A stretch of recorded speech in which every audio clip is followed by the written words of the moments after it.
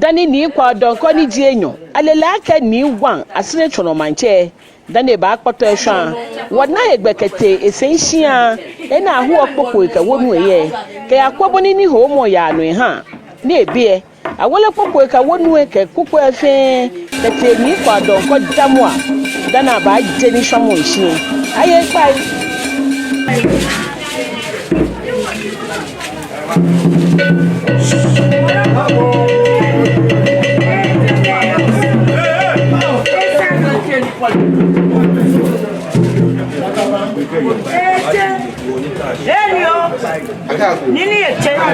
Nini efo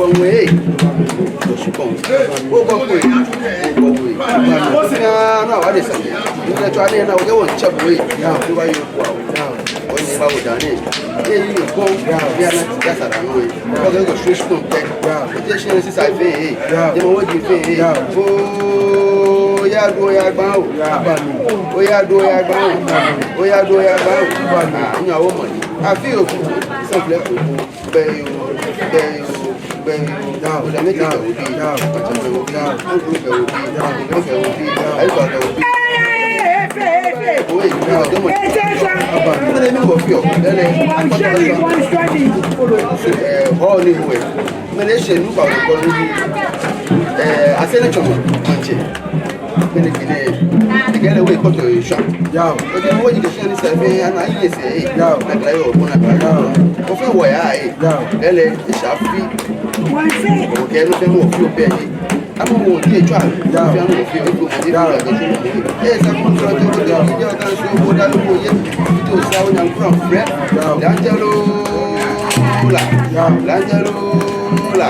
Lanjalo la.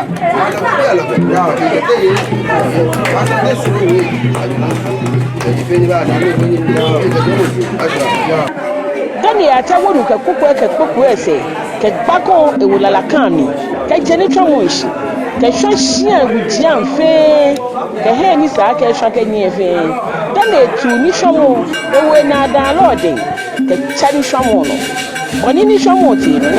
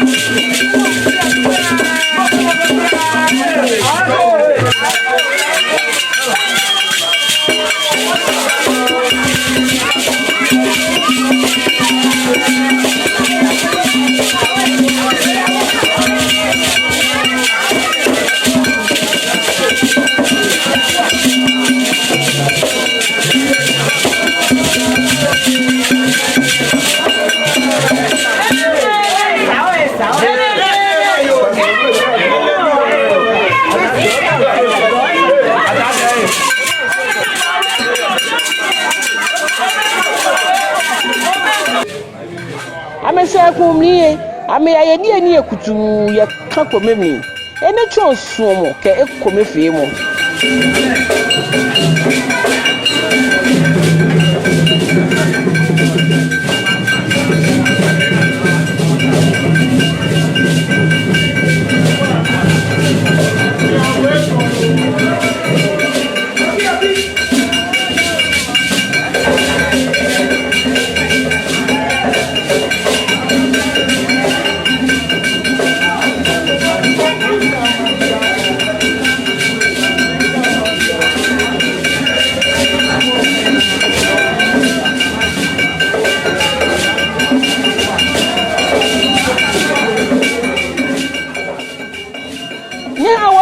tuwe wanga ni wa Asere Tsono manche ni kwa donko ni jienyo boni eye gbia ekene amehweji wasa agba afie gban na me glafe ne ba Asere Tsono e ba be ba hwe amedudona ke ommanye yeli afina efe sro fe je kenkan no mi e convidé e wo mo fe mo sani obu protocols na yo ha e bala ke ni safi e Homowo solo ni afina convidé e de sa no e e komo bi wo mo fe mo e ba shian e yafi si noni make game fe di game ameba ameshi ni amebu amenuna kanye kabula hanya lumo pe ma mi bajo ni kaboko onuba kabole o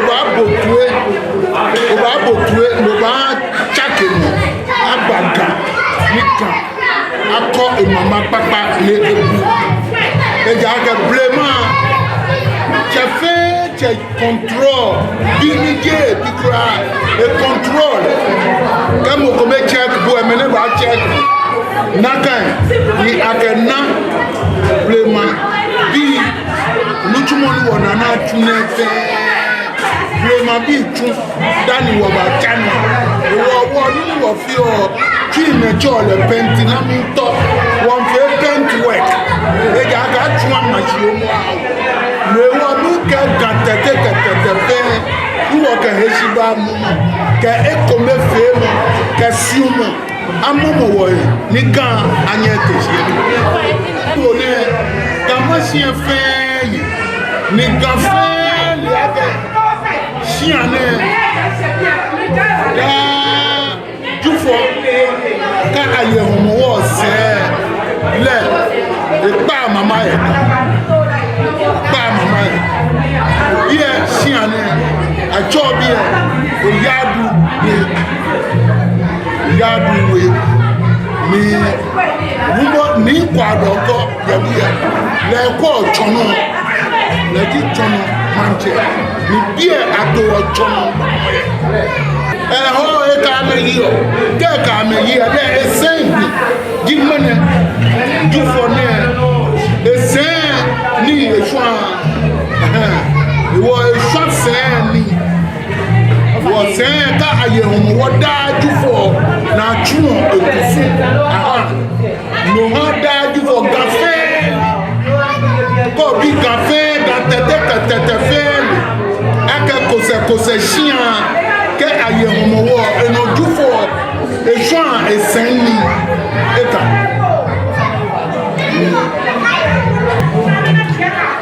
Ke ake Asere Tsono Asere eye akuche enu ke jase shia kome Tsono akuche kome ni Asere is a division of Asere divisional area. Wọ́yẹ Tsono ni wọ́yẹ Jọ́ọ̀ṣì ni wọ́yẹ Ṣíọ́mọ́nà kẹ Sọmẹsẹ ni wọ́yẹ Abẹ́jẹ̀wé kẹ Awúlẹ̀mọ́nà ni wọ́yẹ Pápájẹ̀wé kẹ Làǹtẹ̀jàwé bọ́ọ̀nà ní ìjẹ́ ẹ̀yàn bẹ́ẹ̀ náà kàn ṣí hàn jálẹ̀ ìwọ Tsono bẹ́ẹ̀ yẹn Jọ́ọ̀ṣì ń bẹ́ẹ̀ yẹn ìwọ Tsono ẹ̀yẹ Asere mi. Emi gbra mo pe si kagan fe ya fi Tsono kagan si eno jufo Tsono soan eseni no jisro te penio ajo mi ni kwa donko ni ji enyo ni ji Asere Tsono manje ka ga donko je fante donko kan donko e ja ge mumu afo egbo dana afo le iwo gbegba lo esisi ne